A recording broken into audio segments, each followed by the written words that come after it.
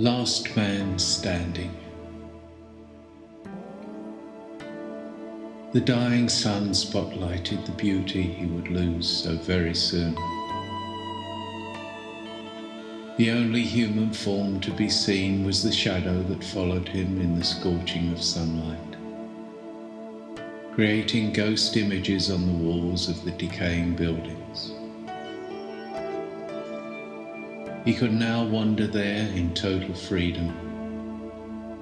No structure or stricture seemed to hold the import which they had once so much done for him.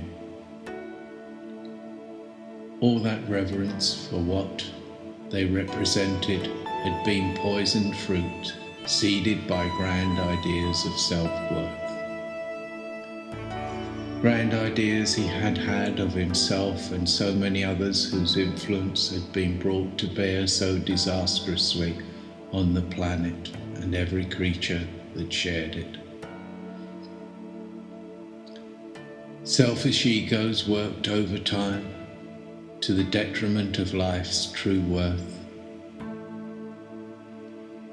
He delighted now to see how once depleted, almost defeated nature was in ascendancy, painting concrete in living green. Branches and roots breached walls and windows, smashing down in slow motion all the works of men. Once again the planet was breathing in its natural rhythm.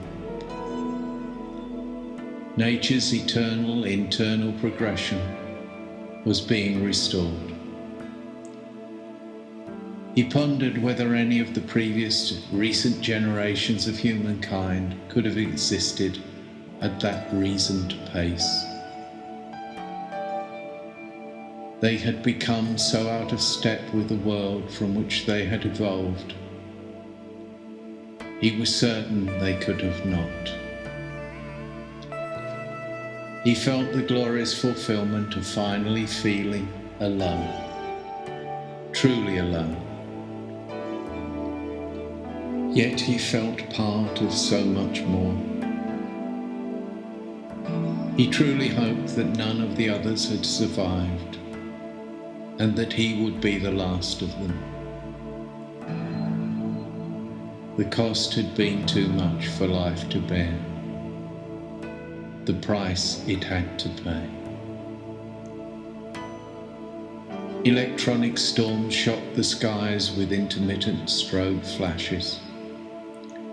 Rain watered the earth and fed the flowers. Inside him the spirit that had felt so parched for so long began to flow. The thunder spoke to his heart. At last there was a proper ending, as it should be, as was deserved. He blew out the candle and felt the air capture his body.